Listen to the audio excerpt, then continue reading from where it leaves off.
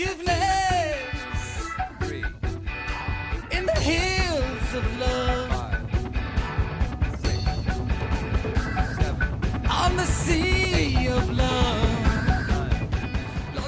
So again, thank you all for joining us here today. So great to see all of you here.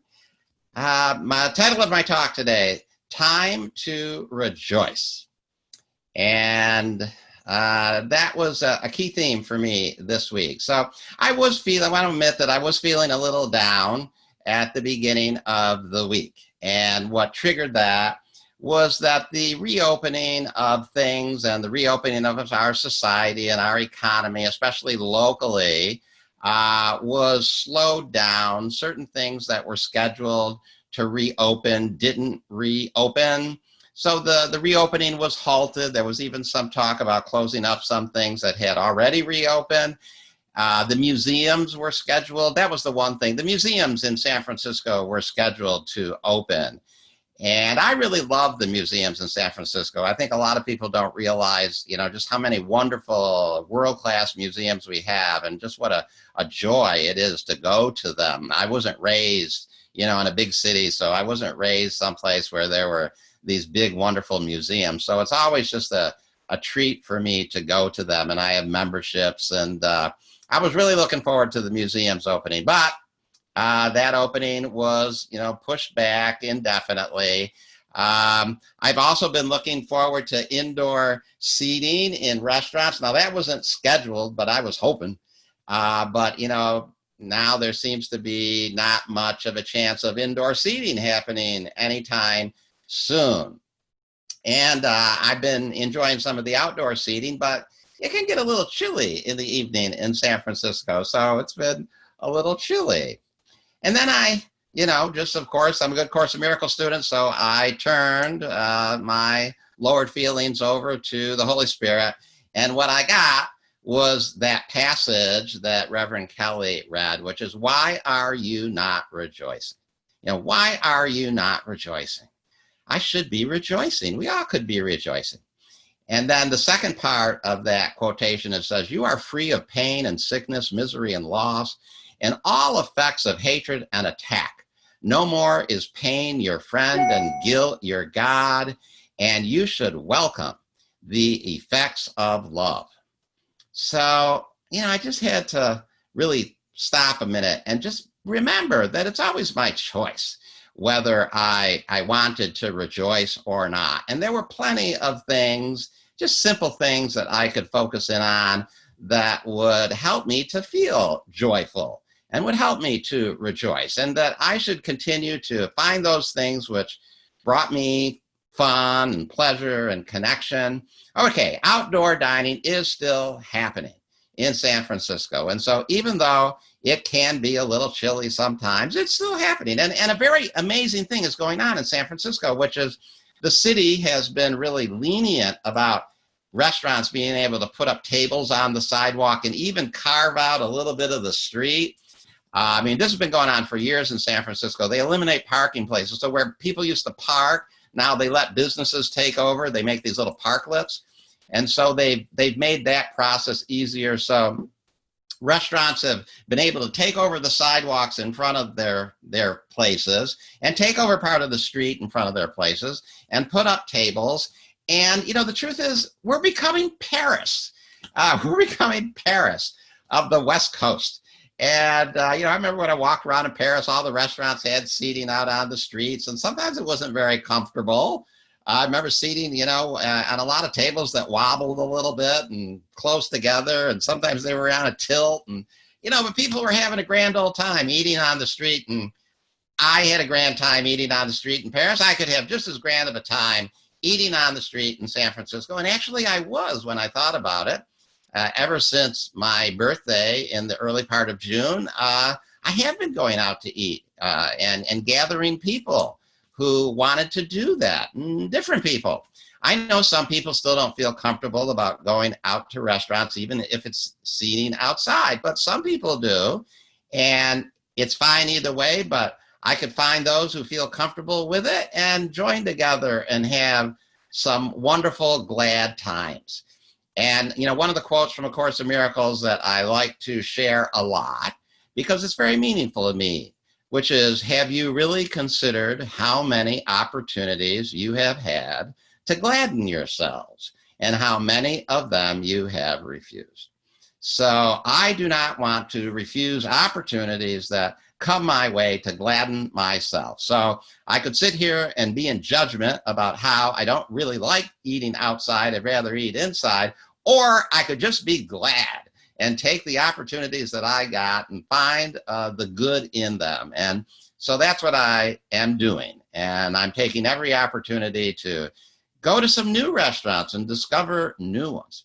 This idea of gladdening yourself, it's actually repeated a little later in A Course in Miracles too. So any idea that is spoken so clearly and then repeated later, I think, is important, and we should pay attention. So the other time that it's mentioned is here. It says, to heal is to make happy. I have told you before to think how many opportunities you have had to gladden yourselves and how many you have refused. This is exactly the same as telling you that you have refused to heal yourself. So it's not just a matter of gladdening ourselves just for the sake of being glad. It is actually what heals us. It's what heals everybody. Being glad, being happy about our life experience. So be happy with it. Okay, I can't eat inside, but I can eat outside. And, it's a little chilly sometimes, but hey, I got gloves. I can wear gloves. I got a hat, keep the top of my head warm. It's not that bad. It's kind of fun. So I have been doing it, and I have been enjoying it.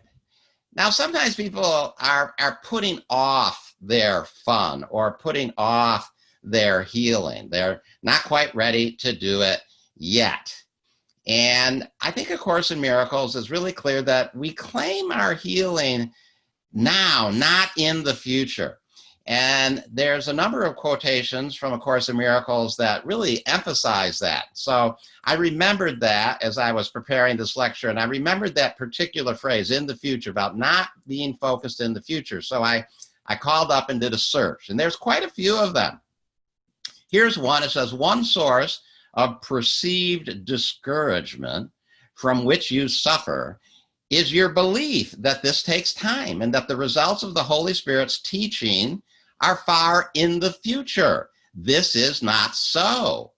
So the results of the Holy Spirit's teaching and our healing and our gladness and our joy and our celebration and our rejoicing, they're not in the future, they're now. It is now time to rejoice.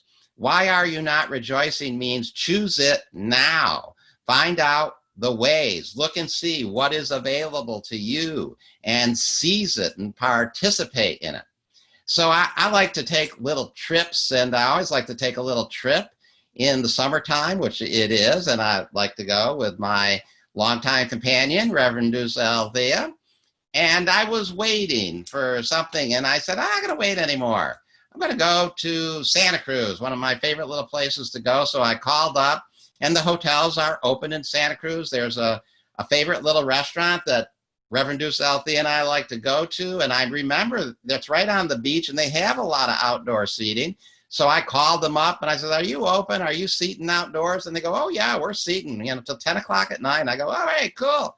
So made the reservation, and on Tuesday, Reverend Deuce Althea and I are going to go spend 3 days, 2 nights in Santa Cruz, because I'm not going to wait. I'm not going to wait for whatever it is. I'm going to start celebrating and rejoicing now. I can choose it.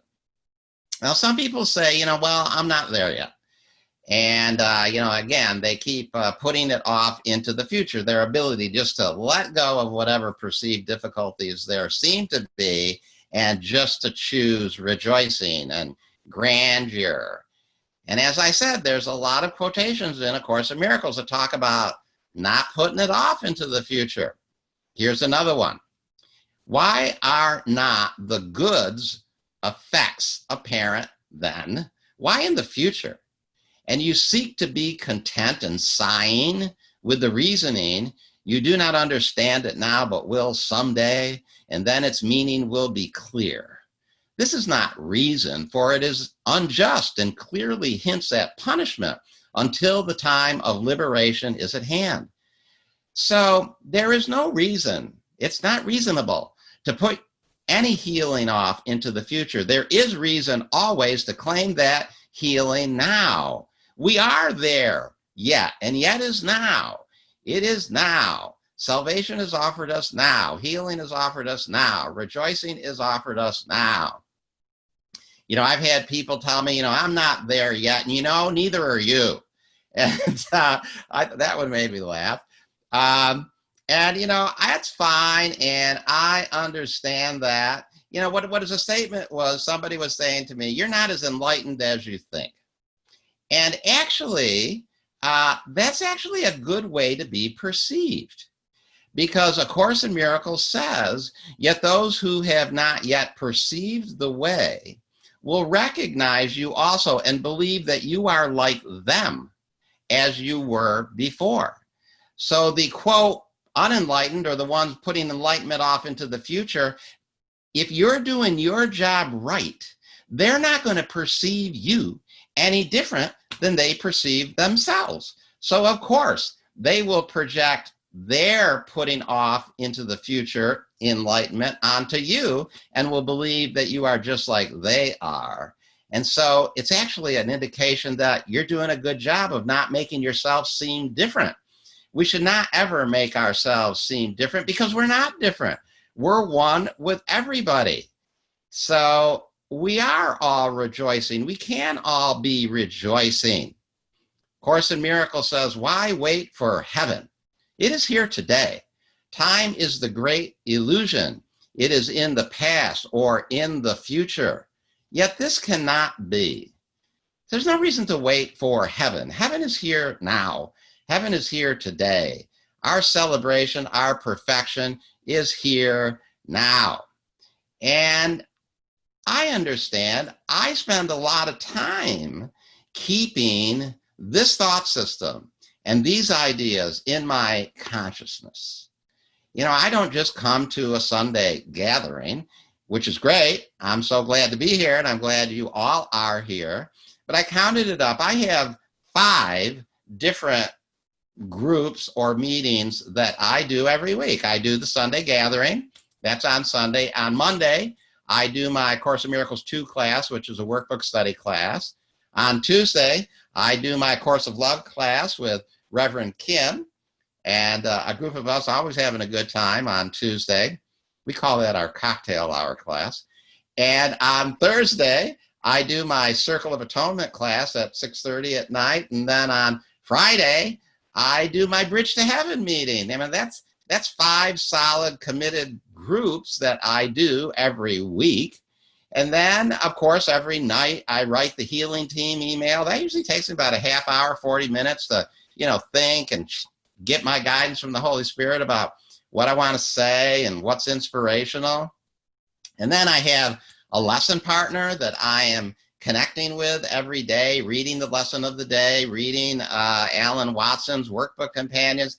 I spend a lot of time in study, joined with other people in study. So yeah, I keep this thought system in my mind a lot, plus my whole job is involved with it. Now, I don't expect everybody is going to do that or even can do that, but I think we could all look at how we could kick our practice up a little bit. And especially if we don't feel like we can rejoice and be happy with the things that life presents us right now, then the thing to do would be to look at how can you kick up your study and your practice a little bit. Now, I actually define enlightenment probably a lot differently than maybe many other people define it. But, Course in Miracles tells us enlightenment is but a recognition. It's not a change at all. And we just need to recognize that we already are enlightened. We are enlightened. Enlightened means we have a different thought system to look at the world with. We have the Holy Spirit in our minds, always giving us a different perception of the world. We have it. We can choose it. We know it. We will choose it, we do choose it, we're enlightened. Now, I think some people are talking about enlightenment, but they're really referring to revelation. And no, I am not in a perpetual state of revelation, but that's not my goal. I am not studying a course in revelation. I am studying a course in miracles. And for me, being able to choose joy and happiness and celebration and rejoicing all the time, that's a miracle. But God am I constantly in God consciousness? Well, no. But again, it's not my goal. And it's actually, I believe, not the goal of A Course in Miracles. Now, there are some A Course in Miracles students that really want that revelation experience, that God experience. And good luck. I've said this frequently. If you really want to be God realized and be in a perpetual state of God realization, there's probably better spiritual paths for that than A Course in Miracles, because that's not really A Course in Miracles focus. And it tells us this. It tells us this in the teacher's manual. It says, sometimes a teacher of God may have a brief experience of direct union with God. In this world, it is almost impossible that this endure. It can perhaps be won after much devotion and dedication, and then be maintained for most of the time on earth. But this is so rare that it cannot be considered a realistic goal. Okay, get that. This is such a rare experience that it cannot be considered a realistic goal. It's not the goal of A Course in Miracles to so transform us that we live in a perpetual state of God realization. I hate to break your bubble. If that's what you're looking for, you're studying the wrong thing. This is A Course in Miracles, in healing, in rejoicing, and being full of joy and exuberance and life. And it does really well with that if you do it. Now, we have people who take classes with us, and they enjoy the classes and they study with us, and then they complete the classes, and then they just kind of let their practice lapse. But the Course says that we have to be careful about that.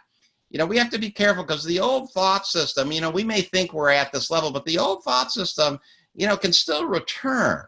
We start relating to our significant others and our family and our job and all the other people that we relate to who think the old way. We gradually lose what we think we have learned. It needs consistent, continual reinforcement. Like I said, I do those 5 classes a week. And, right now, because of shelter in place and Zoom, everybody has the opportunity to come. We do 5 free Zoom experiences a week that people can connect with. And there's so many ways to do this. But to think that you're going to be able to hold on to some plateau that you achieved when you studied A Course in Miracles and did it rigorously, that you've now obtain something that you will always hold on to, I believe is a little naive. It takes consistent work to hold on to it. And the ones I know who hold on to it are the ones who are working consistently. And to the extent that I can hold on to it, it's just because I do it consistently. I know that if I was to let go of that consistent practice and start relating more to people in the world who do not have this realization, I would slip right back into my old way of thinking. And the old way of thinking is that it's in the future, but it's not in the future. It is now. Course in Miracles says, ask all things of his teacher, and all things are given you, not in the future, but immediately, now. God does not wait. So we ask everything of the Holy Spirit, and it is given to us now. Our healing is now. Our joy is now. Our celebration is now. Here's another place where it says it in slightly different words. The emphasis of this course always remains the same. It is at this moment that complete salvation is offered you. It is at this moment that you can accept it. This is your one responsibility. I mean, that's a pretty powerful, complete statement. It says this is the emphasis of the course. This is the one responsibility that we have, to claim it now, not to put it off into the future, not to say to ourselves, I'm not there yet, not to say to me, I'm not there yet, and neither are you.